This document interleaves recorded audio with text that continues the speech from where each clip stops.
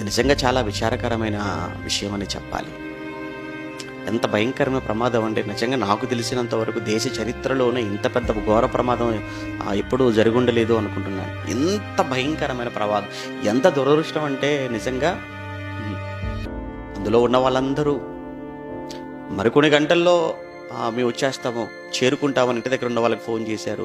వీళ్ళు వెళ్ళి వాళ్ళు కలుస్తారని వీళ్ళు ఆశతో ఉన్నారు. వాళ్ళు వస్తున్నారు కదా అని వాళ్ళు ఎదురు చూస్తున్నారు.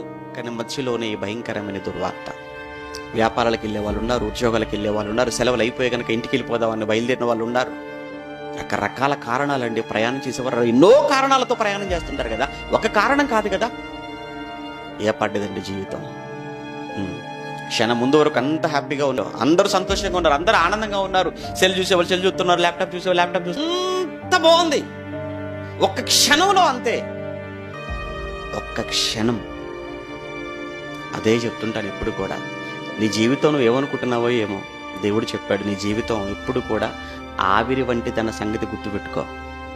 60 ఏళ్ళు అనుకుంటే నీలో గర్వం, 60 ఏళ్ళు అనుకుంటే నువ్వు ఎవడి మాట వినవు, 60 ఏళ్ళు అనుకుంటే ద్వేషం పెట్టుకుంటావు, 60 ఏళ్ళు అనుకుంటే అసూయతో ఉంటావు. అసూయను, ద్వేషాన్ని, గర్వాన్ని అంతా వదులుకో. ఆవిరి వంటి దాని సంగతి దేవుడు చెప్తున్నాడు కదా. సంపాదించుకోవడానికి, దాచుకోవడానికి, కూడబెట్టుకోవడానికి 10 సంవత్సరాలు కావాలి. కానీ ప్రాణం పోగొట్టుకోవటానికి, అన్ని వదులుకోవడానికి ఒకే ఒక్క క్షణం.